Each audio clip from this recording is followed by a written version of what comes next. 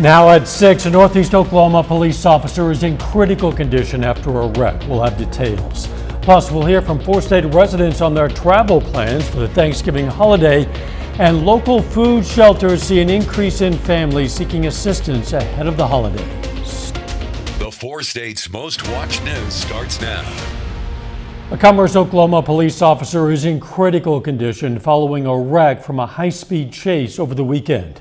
This is KOAM News at 6. I'm Dow Quick. The wreck happened on Saturday evening just north of Commerce. 39-year-old Vernon Moyer of Commerce was chasing a car at a high rate of speed after initiating a traffic stop. He was driving north on County Road S560. They say the brakes failed on the police car. The car then left the road and went into a ditch. Moyer is currently in the hospital with critical injuries. One man has died from a crash in McDonald County, Missouri. This happened yesterday afternoon. The crash occurred on Route E, just 7 miles northeast of Bella Vista, Arkansas. They say a car driven by 57-year-old Michelle McKeever drove over the center line and struck another car. The passenger in McKeever's car, 56-year-old Thomas McKeever of Seligman, Arkansas, died on the scene. Michelle McKeever is in serious condition. The driver of the other car suffered only minor injuries. A lot of people are going to be traveling for Thanksgiving this week. AAA predicts 54.6 million Americans will travel 50 or more miles for the holiday. KOAM's Yana Hautala spoke with the Joplin Regional Airport manager and some 4-staters about what they expect for the holiday traffic. Traveling for Thanksgiving has started for some 4-state residents. They chose to celebrate early and avoid traffic jams. I'm actually headed out this week on a little bit of an early Thanksgiving to hang out with my mom and brothers and sisters out there and have a little cabin in Utah that they're renting and going to have a good time. Joplin Regional Airport Manager Part Starkey says flights arriving and departing from Joplin are all mostly full, and that's how they want to keep it. However, they are seeing some staffing challenges. Right now, we're filling our flights, and we will continue to because it's not an economic problem. But we just face the issue with the airlines trying to fill flight crews. So that's a problem that we're facing, and it's a problem across the country. Starkey says even though the airport is small and going through security does not take long, passengers should still be at the airport early. We have a very early flight that leaves at 6, and so sometimes people will cut it close and get here late, and then the gate's already, they've already closed the door. Even though flight ticket prices are higher than during COVID, it does not stop Nielsen from traveling for Thanksgiving. Thanksgiving, I've heard, is the busiest day of the year to travel, and so the less you can do it that day, the better, I think. Yana Hautala, KOAM News. According to AAA, 4.5 million people are expected to travel by plane this Thanksgiving. Another 49 million people will travel by car. Reconstruction of the South Range Line Bridge in Joplin started another detour today. An additional section of West 32nd Street is now closed, which includes Alfalfa Road to the west side of Crane Drive. The intersection of 32nd Street and Country Club Drive will be closed as well. Detours have been posted. Let's check in with Doug for our first look at the weather. Well, of course, temperatures have been warming up just a bit over the past couple days, which is great news. But for this week, being a holiday week, we do have rain chances, which are going to really start to increase. So we're looking at late Wednesday, Wednesday night into Thanksgiving. Quite a bit of rain chances really increasing across the entire 4-state area. So that's going to be a big focus over the next few days. Temperatures right now, not bad. Most of us are sitting mid 40s to near 50 degrees. We have these southerly winds, which have kind of helped us warm up just a bit over the past couple days. Clear skies. This is what we're going to have tonight and then again tomorrow. Then we'll start to see the clouds increasing on Wednesday. Through the overnight hours, we slide back through the 40s, 30s, down to about 33, of course. We'll look at those rain chances all coming up here in just a bit. Catch then. As we prepare for Thanksgiving, Ozark Food Harvest and other local food banks are seeing an increase in families seeking assistance. KOAM Shagun Bamadela has more. Ozark Food Harvest network of faith-based and community partners currently serves an average of 62,000 people each month, nearly 12,000 more during the same period in 2020 and 2021. So just to do what we were doing last year is costing us more. A few weeks ago, we had one of our mobile food pantries, and we had an 80-year-old grandmother who came up and was in tears at having to receive food service because she says, "I've never needed anything like this." Browning says some of the Thanksgiving produce ordered by the food bank were cut. We typically order turkeys for our network of community and faith-based partners so they can give that out to their families around this time.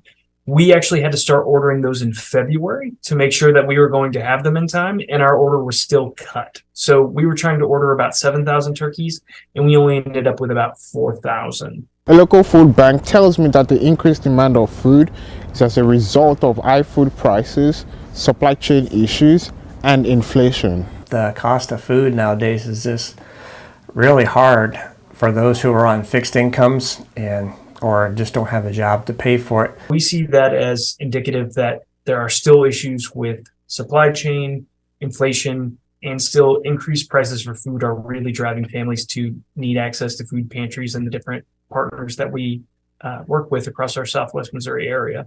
Reporting in Joplin, Shangumbam Lily, KOAM News. According to Ozark Food Harvest, 21% of children in their service area face food insecurity. That's 1 in 5 children and higher than Missouri's average of 18.6%. More Spire customers are now eligible to get help with utility costs. The company is expanding eligibility requirements for its Dollar Help program. That's a program that allows Spire customers to donate $1 per month to help other customers in need of assistance with their natural gas bills. Spire is also providing an additional $100,000 to support that program. To find out how to apply for the program, download the KOAM News Now app. Coming up, we're going to hear from local experts on why Southwest Missouri has seen an increased armadillo population. Plus, we'll hear from Pitt State as they look back to Saturday's win against UIndy. Armadillos are becoming more common in Missouri and a pest to some gardeners and farmers. KOAM's Amber Jenkins explains why these animals are migrating to northern habitats. Armadillos are known to dig in yards, farmland, and more. The armadillo population is growing due to the animals migrating north from their usual habitat. There's a couple theories about why they're moving north. One is maybe it's connected with climate change, but another one too is just that as fields got tilled, as gardens got tilled, it gave them a lot more habitat because what they eat is grubs that are in the soil. Armadillos need a lot of insects for energy, which means they are always digging. So armadillos usually kind of keep their head down, very super noisy when they're going through the woods. You'll think like a bear is coming up on you because they're just rustling, just making so much noise, just head down looking for insects. Homeowners usually hate the holes that armadillos dig in their yard, but some of the digging might have some beneficial effects. While their digging can be problematic if it's around a building or in your garden or something like that, they, in other instances, their digging can actually be beneficial because it's helping to get rid of some grubs that could be garden pests. As the mammal moves to new homes, it can make them roadway casualties. In the summertime, you see a lot of dead armadillos. The reason for that is not because they can't run. Actually, armadillos can run pretty fast. But what they do is when they first see what they perceive as a predator, they jump straight in the air. If you hit one, it can also damage your vehicle. Reporting in Joplin, Amber Jenkins, KOAM News. Now, the Wildlife Code of Missouri does allow Missourians to trap or kill nuisance armadillos on their property. Kansas Attorney General Derek Schmidt today announced a Riverton organization has been awarded a grant from the Tower Foundation to support mental health services. Spring River Mental Health and Wellness Center gets $10,000 to help with the transition to the new designation of being a certified community behavioral health clinic. A little bit later, Pitt State's defense shined against UIndy. We'll hear from the Gorillas. Plus, we have some rain chances in the forecast over the next few days. We're going to look at that coming up.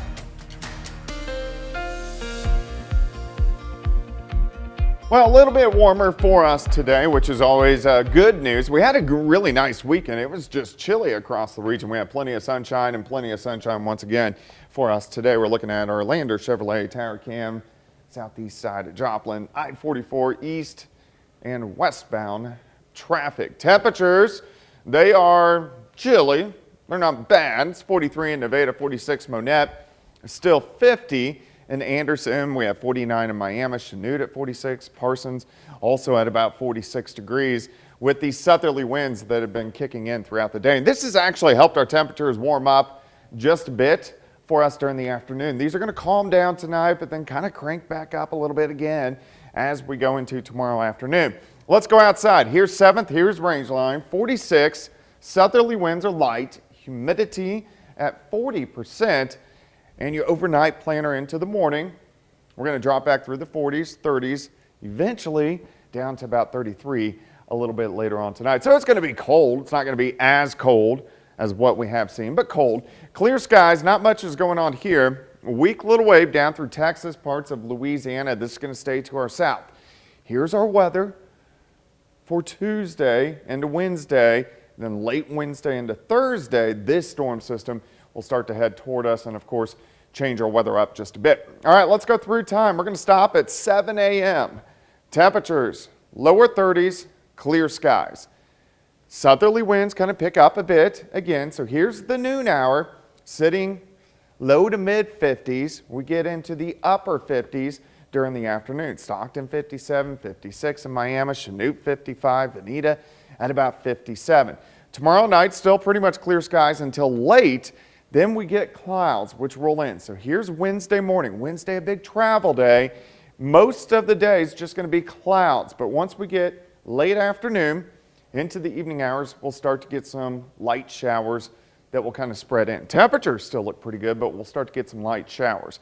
And then showers really increase as we go through the overnight hours, Wednesday night into Thursday morning. So it does look like Thursday morning, Thanksgiving, it will be wet, especially along and south of the I-44 corridor.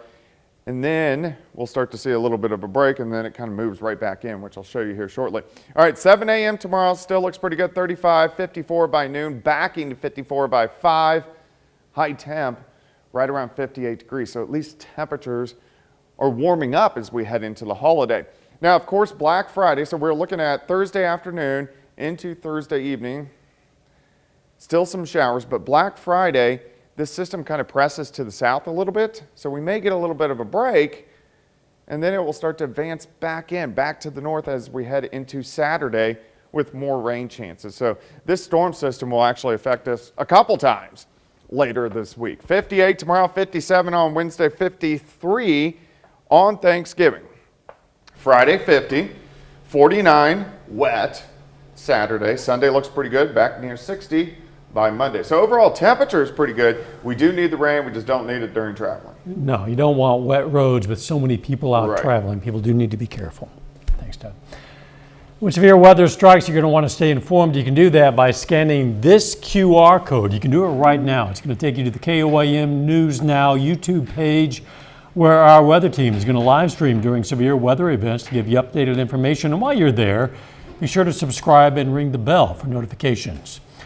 A Joplin High School student is the recipient of a perfect ACT score. Aiden Koch is a junior. He earned 36 on the standardized test. He says after his graduation in 2024, he plans to attend a 4-year undergraduate university to major in business management before pursuing an MBA with a possible marketing emphasis. I would say, Aiden, you have a bright future ahead of you. The sky is the limit.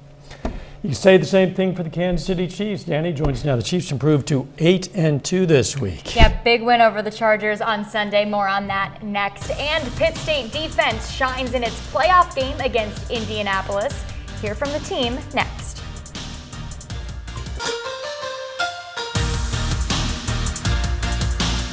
The Missouri Southern men are 2-2 this season.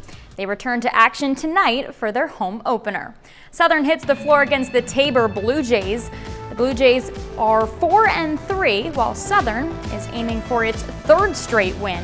Tonight's game kicks off at 7 p.m. We'll have highlights right here at 10. The Pitt State Gorillas beat Indianapolis 35-0 on Saturday to advance to the second round of the playoffs. The Pitt State defense was impressive to say the least. The Gorillas forced 6 turnovers and tallied 4 sacks against the 13th ranked team in the country. Saturday marks PSU's 12th straight win and first shutout of the season. And that's been one of our goals, like all year. We haven't really came close. We haven't had it. So to get it in the first round of the playoffs is like a real big deal. Like that's a good team. So to shut them out that's pretty good.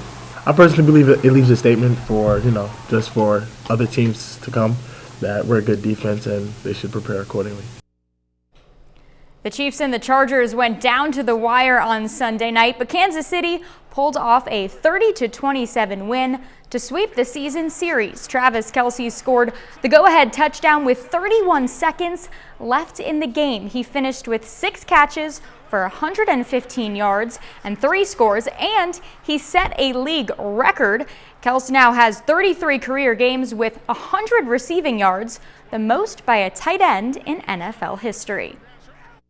I personally was ready for the matchup. I knew they were going to play a lot of man-to-man coverage, and I knew that, Pat was going to be looking for me when it was one-on-one coverage. They had a plan for him, Adam. I mean, they were going to bang him around, and then they put an all-pro safety on him. So he had to fight like crazy the whole game and kind of come up with things on the fly to get himself open. It's a tribute to the Chargers and the way they did it, but it's also a great tribute to Kels for battling through. The U.S. men's national team makes its World Cup debut today. They face Wales in group play.